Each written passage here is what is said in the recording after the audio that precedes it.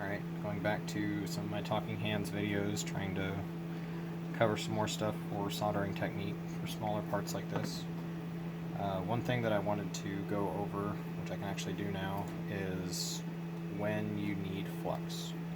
So most solders that you're going to use, 6337 or 6040, are going to be rosin core, which means they have a tiny little bead of flux running down the middle of the actual solder itself. That only lasts a couple seconds when you get it hot, and it is used to basically clean the solder, or the joint that you're soldering to. So when you first put that on, I'm just going to use these. It's kind of hard because I'm soldering through my phone. So I'm just putting some heat on that pad. And so now, I'm just holding heat on there still. You can see the steam coming off. That is the flux burning away. So by now I've got too much heat in here, and you can see it's behaving itself better than it's supposed to.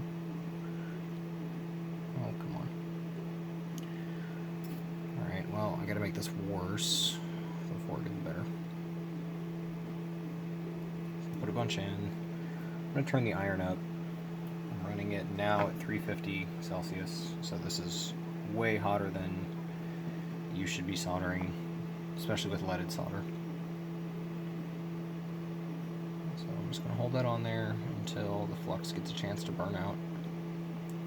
So this is easily what happens when you're inexperienced and you're trying to hold the wires together long enough to get them to stick, and you just keep burning the material, burning it off and burning it off. So now it's starting to do it a little bit.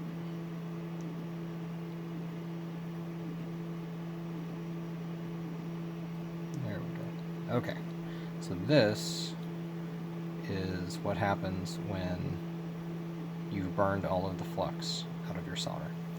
You start getting these little peaks, and they never stop. There's no dancing you can do to put them back. They're just always there. And when you get to this point, you need to reapply flux.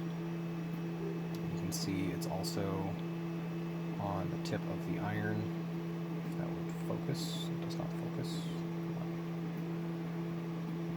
Still does not focus. I don't know how AP does this. So what I have is a syringe of flux, just because it's real easy to apply here. Any rosin flux will work, but you saw this joint on the end was misbehaving, so I'm just going to squeeze a little bit on top. This is a water clear flux, but you can see the little puddle that's there. Now watch what happens as soon as that actually gets hot. It immediately beaded back up, right where it's supposed to be. So this is what the flux will do. It puts everything back where it's supposed to go. And now that I have... stuff stinks. Now that I have enough of it, all of these pads are behaving themselves again.